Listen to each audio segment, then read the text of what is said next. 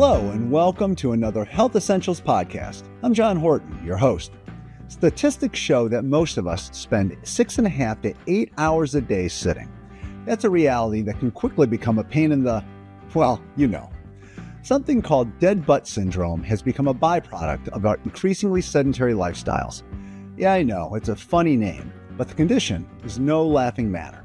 It can truly cause serious aches and numerous physical issues. So today, we're going to try to revive dead derrieres with a little help from chiropractor Andrew Bang.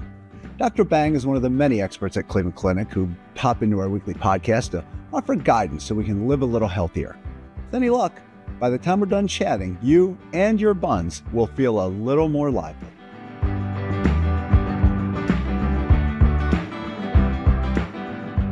Dr. Bang, it is so great to have you back on the podcast. I always know that we're in for an informative and fun chat when you stop by. Thanks so much, man. As we were saying earlier, it's been too long. I've been waiting by the phone for your call, John. Well, we finally got you on, and that's a good thing. And let me start by saying, with what we're talking about today, I really wanted to figure out a way to do this whole show while standing or walking.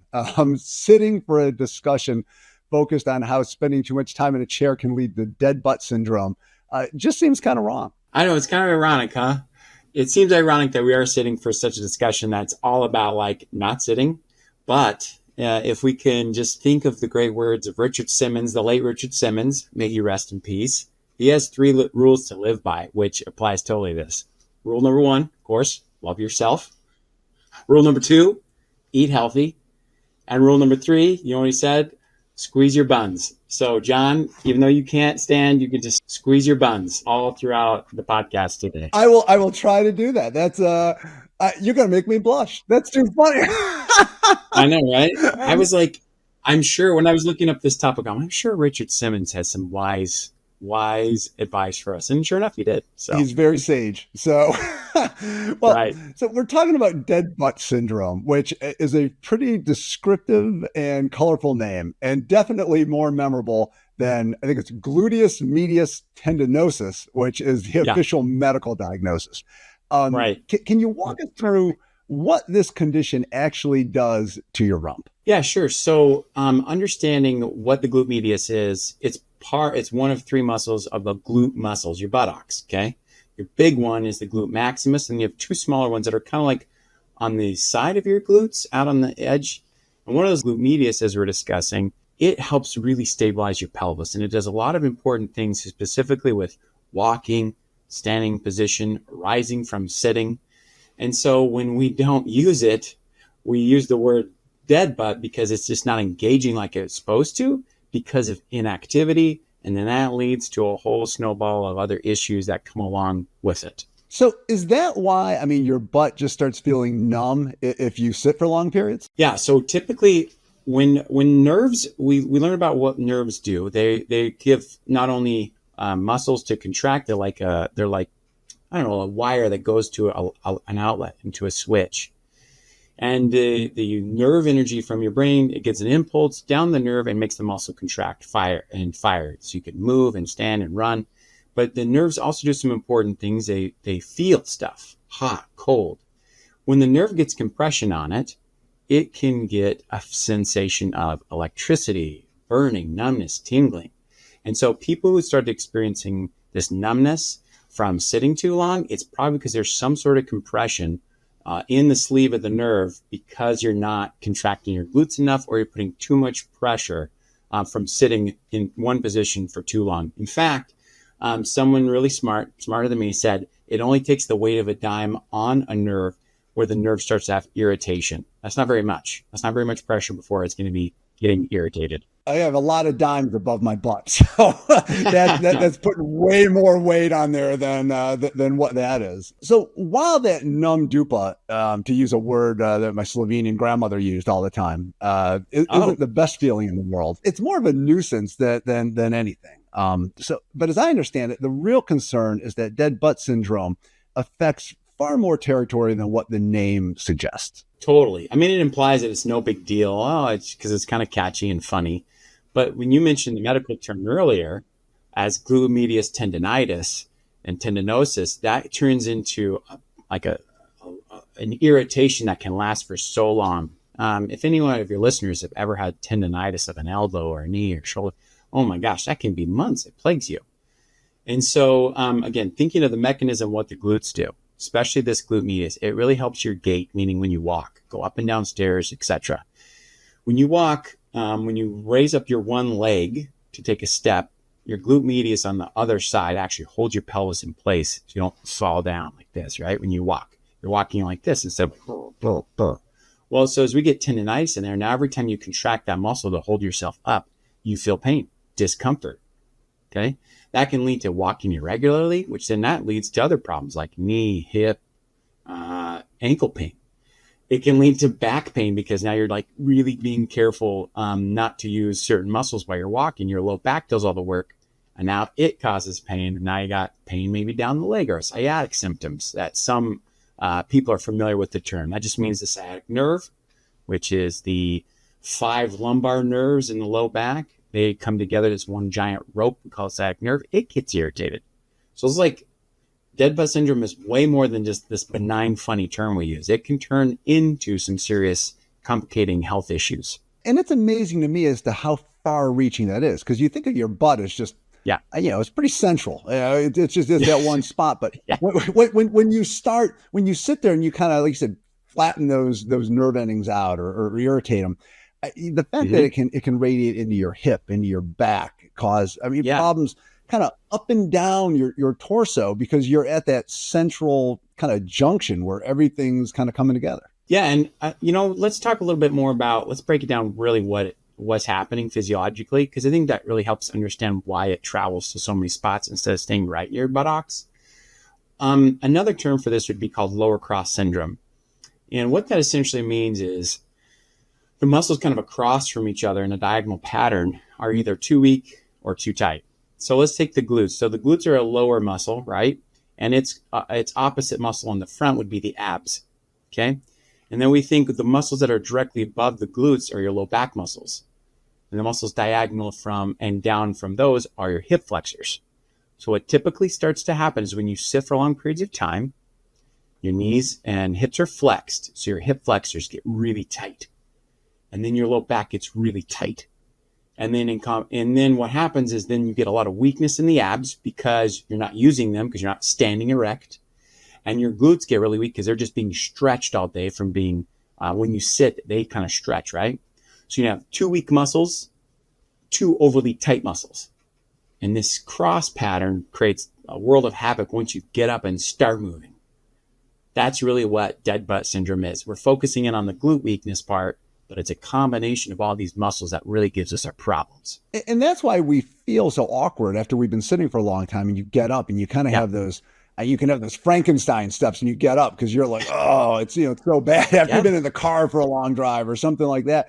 It's like it takes you a few steps to kind of get everything synced up and working again. That's so true. I love how you put that because as your muscles are super tight, they got to like let go of that tightness. And that's why it takes a couple steps to get going. The muscles that haven't been contracted in a moment, they got to start contracting again.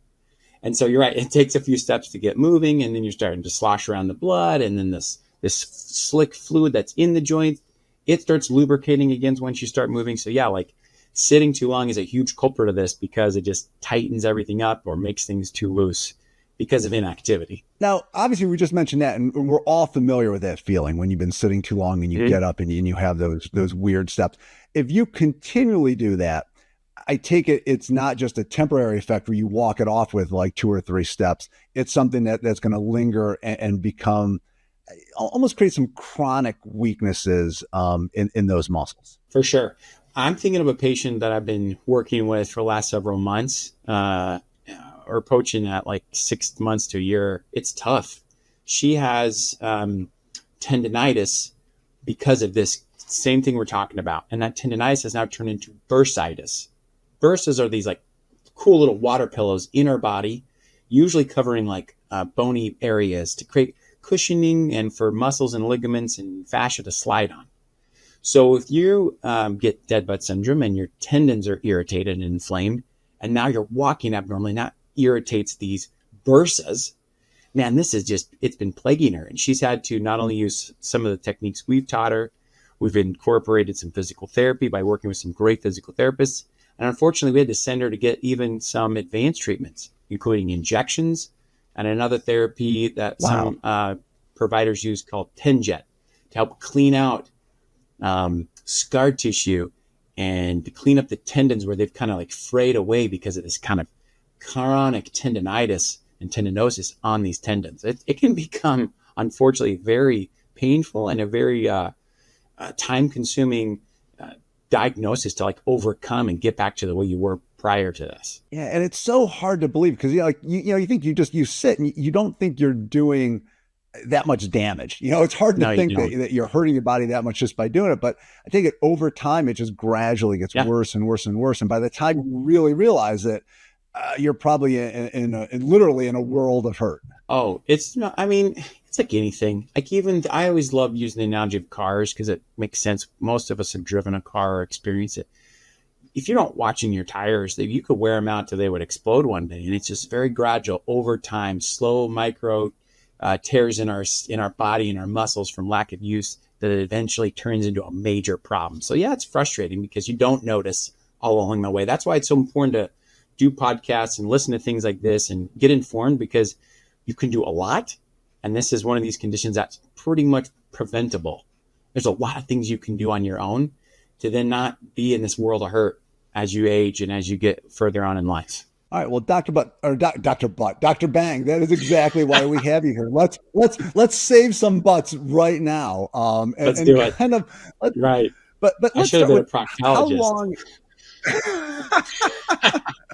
Let's start with how long is too long to be sitting. Okay, so that's a great question. I don't know if anyone scientifically said, let's do a study and try to figure it out.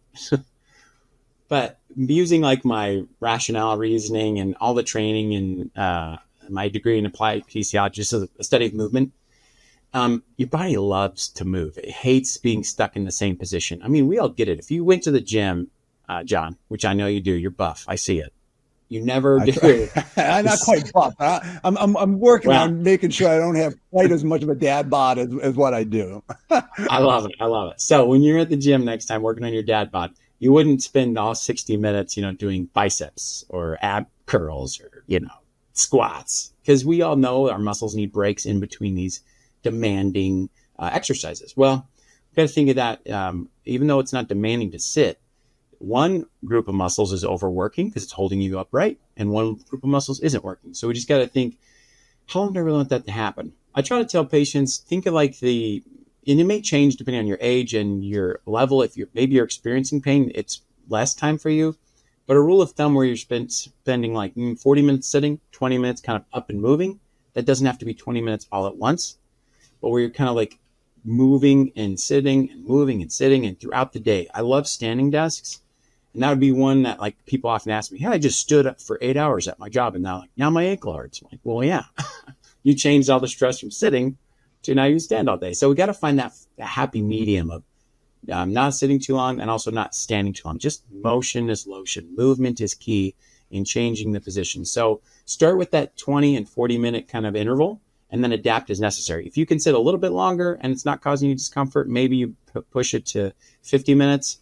Then you're up for 10 to 15 moving around, and that will probably be a good thing. If it's causing you pain, you're gonna really shorten that to maybe you're sitting for 25 to 30 minutes, and you're up for 5 or 10, then back down, and then back up and back down.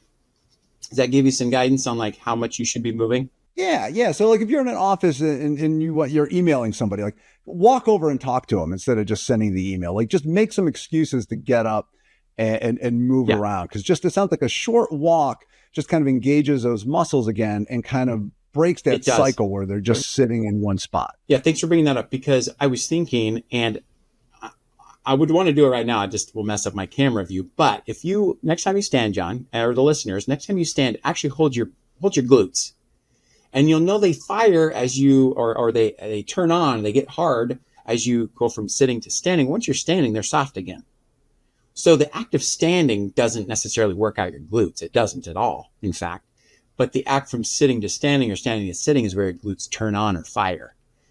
So if you're really trying to avoid dead butt syndrome, or you have it, or you don't want to get it, what you need to do is more than just standing and working. Is when you go for that walk, your glutes really activate when you do some walking lunges is a big thing. Walking, squats. So maybe you stand up and down, up and down, up and down, using the stairs. That's another really great one that also works. Dr. Bang, you mentioned standing desks, and I know those have become way more popular. Are they really that effective at kind of fighting dead butt syndrome? So my colleague and I were talking about this the other day. Unfortunately, it's not the standing desk problem. It's the operator. It's operator error. They often get purchased and then just don't get used. Like you use them for the first day or two, and then they just don't get used anymore. So it's the operator. You must use your standing desk. Okay. And again, as I mentioned before, like it's the act of standing that engages your glutes and makes them fire. So what you could do is once you're standing, you could do some very simple glute exercises to keep firing those glutes to stop dead butt syndrome from happening. Clench them, you said, right? I've been sitting here clenching mine. So I've been Squeeze following your advice, you know? No, it's not mine. That's Richard. That's a Richard right. Simmons. We got to give that man credit. Squeeze those buns. Squeeze them. Yeah, all episode. Yes. Like Kegels. The OBs will be thanking us for also promoting the squeezing of buns or Kegel exercises. But so once you're standing, and I know we'll probably talk about exercises. I don't know if we want to jump right in now, but maybe I'll just do a little teaser. Any kind of lateral leg movement, like standing on your left leg, raising your right leg out to the side, fires the gluteus medius specifically, which is that dead butt muscle that we're talking about. You want to fire those on a regular basis to keep them activated. If you're John, did you ever break a bone as a kid? I did not. I drank a lot of milk. I'm thinking that helped me out. So right. I'm not helping solid. Me, John, here. Come on. So if you were to break your arm and you put it in a cast, by the time you take off the cast, like your arm is teeny compared to the other one because you get muscle wasting, right? You're not using the muscles. They stop. The body says, oh, we don't need them. I guess we're not using them. Let's not put energy into keeping them big. Motion is essential to keep your muscles big and plump and robust.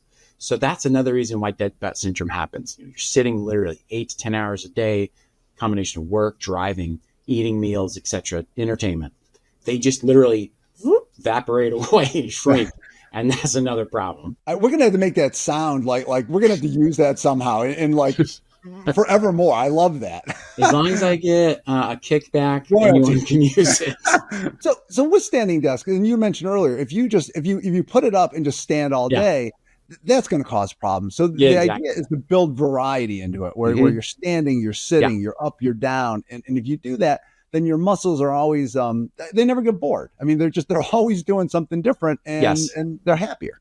Yes, they are happy and they are not getting bored. You got it. So what about posture? I mean, does that also play a role in dead butt syndrome, just how we're sitting, how we're standing? Yeah, I think so. And I'll tell you why. So the idea of perfect posture, let me explain the theory. Because some guys and gals, physician, chiropractors, PTs, they're like, the perfect posture doesn't exist. And I like their rationale. But then there's this other camp that says, yes, perfect posture, it exists. So let me talk about this rationale first. Perfect posture exists in the fact that when you're standing or sitting, you're getting gravity to kind of go through the body equally the way it's meant to be, so it can be dispersed. So your spine is like an S. Think of it like a spring. So like when gravity is pushing down on you, if your spine was straight, all the forces would hit the very last vertebral body and the jelly disc, and it would get worn out super fast. But because it's like an S, the gravity actually gets kind of pushed and bounced and dispersed evenly through your spine, and you can live a great life with a healthy spine. Okay? So then you apply that principle to when you stand or sit, and the same is true with like other joints involved, like when you're standing, your hips, knees, ankles. If those are in good posture, gravity will be equally dispersed. They don't wear out as quickly. The other camp says there's no such thing as perfect posture, because even if you are standing with perfect posture and gravity, that's it. You don't stand there very long or sit there very long because we get muscle fatigue, so we have bad posture. And they also complain, as we've been saying, you need movement. So their idea of there's no such thing as perfect posture is also rational, because you got to move. Even if I sit perfectly straight like this, some muscle that's holding me up is going to get fatigued. It's my back. I can feel it right now because I need to sit with good posture to be in the camera view. But I wouldn't keep this up all day. I mean, I might do it for the 30 minutes we're doing this podcast, but then trust me, I'll be all over the place moving to get my back where it needs to be. All right. And that's where we get into the variety. So your best thing is to kind of shake it up and do different things, different movements. Yes. And while you're doing those, make sure then that you do keep some of the good posture things and you're not in awkward positions. Precisely. All right. Well, Dr. Bang, every time you visit us, you talk about the importance of stretching. Yeah. So I'm guessing you have a few suggestions on stretches that can help keep dead butt syndrome at bay. For sure. So let's think back to that cross syndrome, right? Usually we got our low back is super tight. Our hip flexors are super tight. So those, we gotta stretch those, and then we gotta strengthen the weak ones. So first let's talk about stretching. So there's so many easy low back stretches you could do.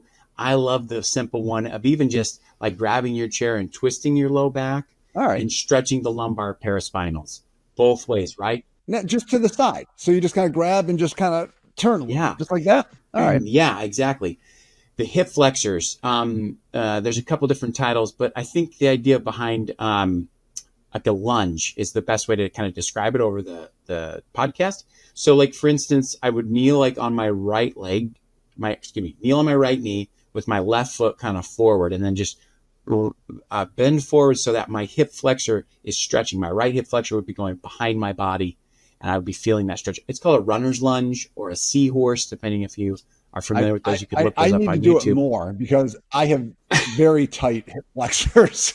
They're a mess. But so just doing that a couple times a day just loosens it up a little bit. Exactly. And then once you get those stretches going, and one more tip. When it comes to stretching, it's not like it's hard to go wrong with stretching, but where people do go wrong is that they don't usually do it long enough. And the example I give is like your muscle needs so much force input like into it directly for it to actually want to change.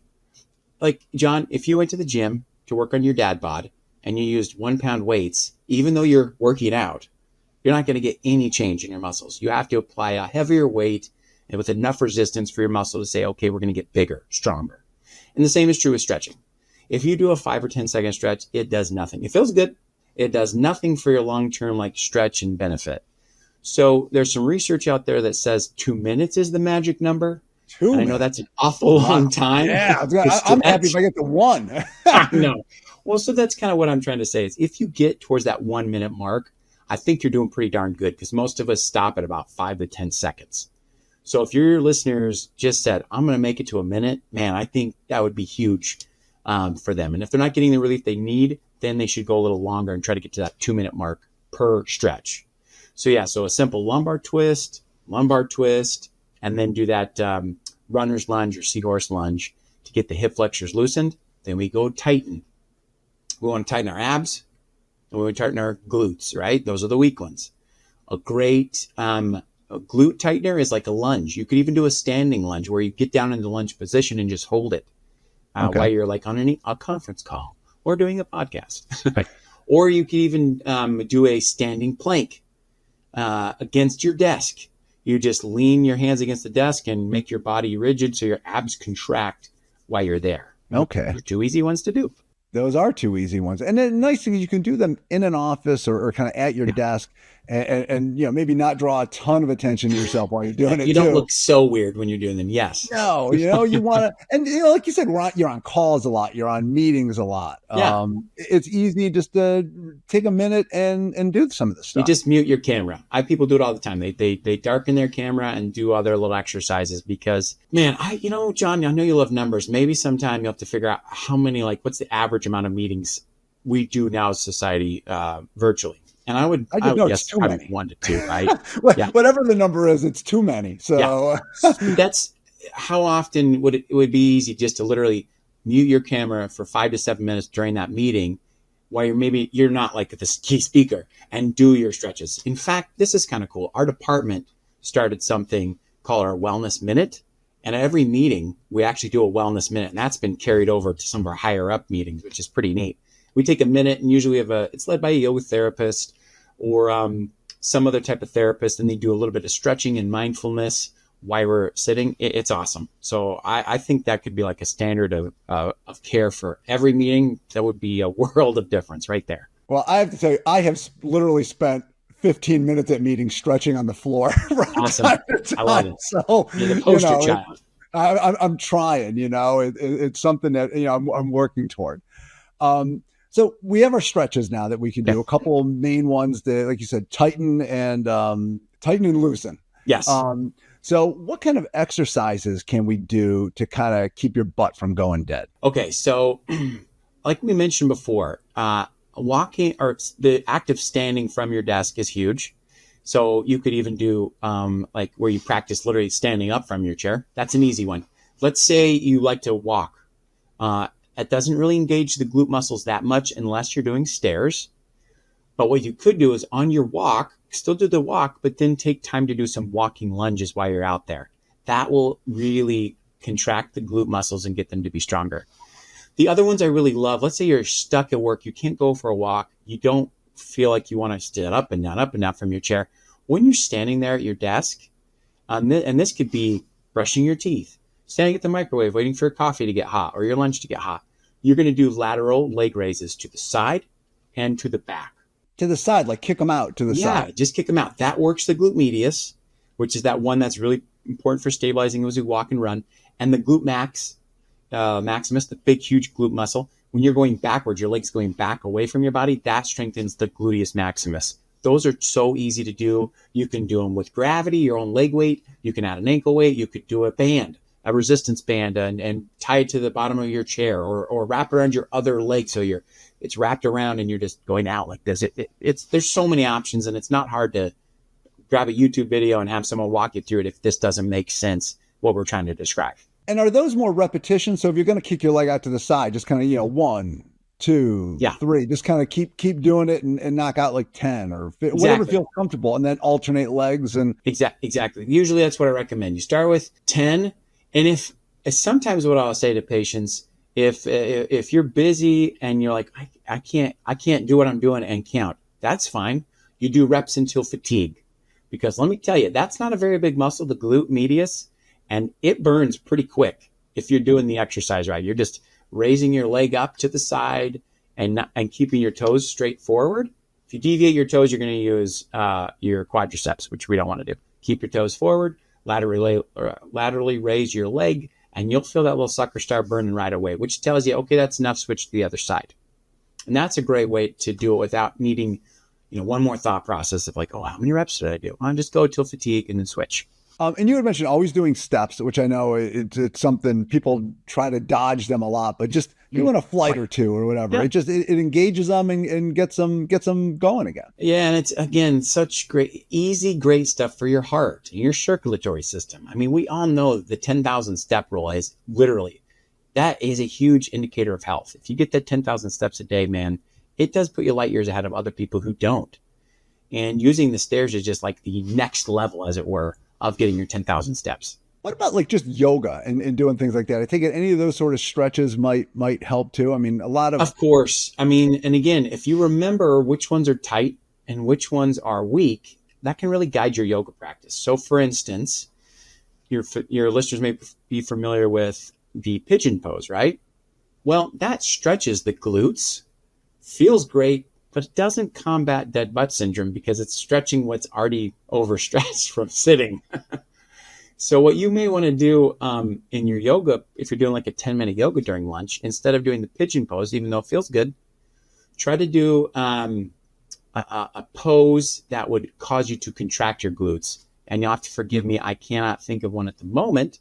There's a lot of, I know one, like maybe a triangle, because you're forward on one leg and it's bent, and you're like holding yourself up. Your leg that's bent would be contracting the glute to engage. You have to do both sides, of course, but those would be great. And then, like, of course, yoga is great for stretching. So you would isolate stretching the hip flexors and stretching the low back in your yoga session. And then try to do any kind of chaturangas are great for the abs because they're going to make you contract as you're in that chaturanga position. We'll have to have you on to lead a whole yoga session for us at some point too. So that could be a future episode. So.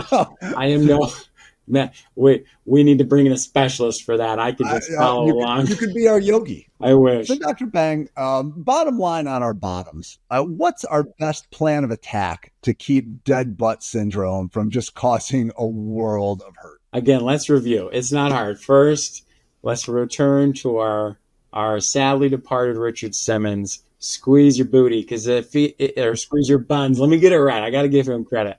So that's easy to do in the car. Let's say you're doing that long commute, either to work or you're on a road trip. It's so easy just to squeeze that baby. Just contract them, because you're going to keep the blood flow moving through there, and you're not going to allow you're not going to allow muscle wasting to set in because you're constantly contracting them. Okay, taking turns. That's so easy to do. Stand, quit sitting for so long, and engage those muscles by doing some lateral leg raises, some walking lunges, incorporate a wellness minute into all your work meetings. I bet your boss will thank you, because it will increase engagement, which everybody loves right now. And it will get your team a lot healthier. Let's see. The other things I would do is just stretch the tight muscles. Make sure that low back and the hip flexors are loose, so that your whole body works symmetrically and not like it's not fighting each other with having too tight and too weak muscles. And I don't know, turn it into a game. Remind yourself with some easy Post-its or a funny text, and maybe text with your wife or spouse or partner or coworker to kind of have that support. And it's a funny thing, but the things it can prevent, again, I can't express to you how this can turn into a very painful and long recovery if you kind of get into this gluteus medius tendon problem or dead butt syndrome. So be proactive. I like the buddy system. Message somebody, be like, hey, are you clenching your butt right now? Because I'm clenching mine. So just don't send that to your HR leader. you have to be careful with who you do that with. So right. Dr. Bang, I feel like we've been sitting here talking for so long, and it's been fabulous, but I feel like I'm going to need to get up and start moving around soon. Good. So me too. Before we part ways, do you have anything else to add on dead butt syndrome? No, John, just keep squeezing. Squeeze your butt. Keep squeezing. That's right. The perfect sentiment to end on. So, Dr. Bang, awesome. Thank you so much for coming in. I haven't laughed this much in a while. Good. If you've been sitting down while listening to this podcast, hopefully you now feel the urge to get up and move around. Breaking up your time in a chair is the best way to guard against dead butt syndrome and the pain it causes. Consider it a stand worth making. If you liked what you heard today, please hit the subscribe button and leave a comment to share your thoughts. Till next time, be well.